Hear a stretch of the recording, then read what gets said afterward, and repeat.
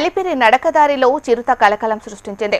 నడకదారి గాలిగోపురం షాపుల దగ్గర అర్ధరాత్రి సమయంలో చిరుత సంతరించింది. ఈ కదలికలు అక్కడున్న సీసీ కెమెరాలలో రికార్డయ్యాయి. చిరుత సంచారం సమయంలో నడకదారిలో భక్తులు ఎవరూ లేకపోవడంతో ప్రమాదం తప్పింది. అప్రమత్తమైన టీటీడీ సిబ్బంది నడకదారిలో భక్తులను గుంపులుగా అనుమతిస్తుంది. మరోసారి చిరుత కనబడడంతో భక్తులు భయాందోళనకు గురవుతున్నారు. మరి ఇదే అంశానికి సంబంధించి మరింత సమాచారాన్ని మా ప్రతినిధి రాము అందిస్తారు. రాము, తిరుమల నడకదారిలో మనం చూసుకున్నట్టయితే మరోసారి చిరుత కలకలం రేపింది.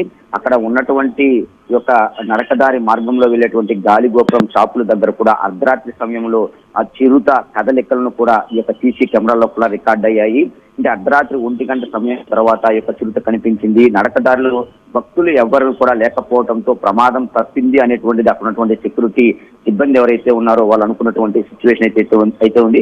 అప్రమత్తమైనటువంటి టీటీడీ సిబ్బంది కావచ్చు, నడకదారిలో భక్తులను గుంపులుగా అనుమతిస్తూ ఉన్నటువంటి సిచ్యువేషన్. మరోసారి ఆ చిరుత కనపడటంతో కూడా భక్తుల్లో పూర్తిగా భయాందోళనకు గురి అవుతున్నారు.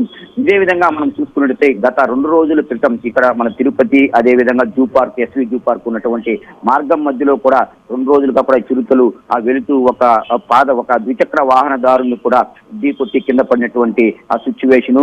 గతంలో మనం చూసుకున్నట్టయితే తిరుపతి నుంచి తిరుమలకు వెళ్ళేటువంటి అలిపిరి మెట్ల మార్గం ఏదైతే ఉందో ఆ యొక్క మెట్ల మార్గం ద్వారా వెళ్ళేటువంటి భక్తులందరికీ దగ్గర కూడా ఈ యొక్క గుంపులుగా పంపిస్తూ వాళ్ళకి కర్రలను కూడా చేతనిచ్చి పంపించేటువంటి సిచ్యువేషన్ అయితే ఉంది. 6 గంటలు పైబడి ఎవరిని కూడా అలిపిరి మెట్ల మార్గం కావచ్చు, శ్రీవారి మెట్ల మార్గం ద్వారా పంపించకుండా పూర్తిగా కూడా నిలుపుదల చేసి తిరిగి ఉదయం 6-7 గంటల ప్రాంతంలో కూడా భక్తులందరినీ ఇప్పుడు తిరుమల శ్రీవారి దర్శనానికి పంపించేటువంటి ఏర్పాటు గతంలో కూడా టీటీడీ కూడా చేసింది.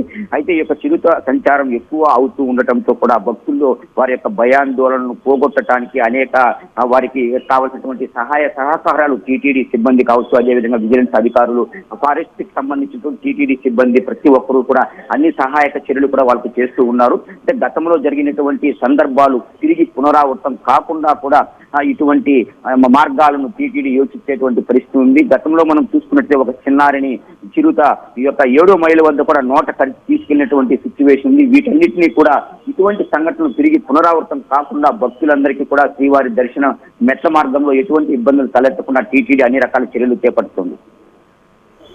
రైట్, థాంక్యూ రాము.